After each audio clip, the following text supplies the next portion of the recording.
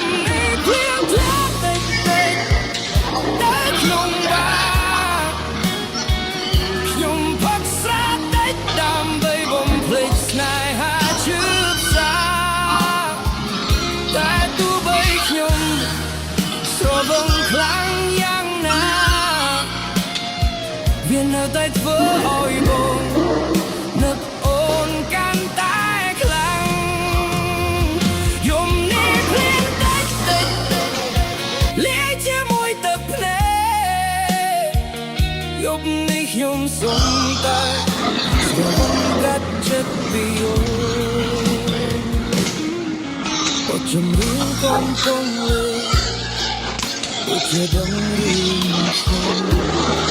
យកពីពេកនៅក្នុងបទនោះដូចជាខ្ញុំសើចតែម្នាក់ឯងរួចយំតិចដៃកាន់កៅសាព្រោះខ្ញុំខកចិត្តរឿងស្នេហាដោយសារតែអូនបានទៅបាត់ហើយខ្ញុំដឹងថាខ្ញុំងងប៉ុន្តែខ្ញុំមិនអាចឈប់ផឹកបានព្រោះនៅក្នុង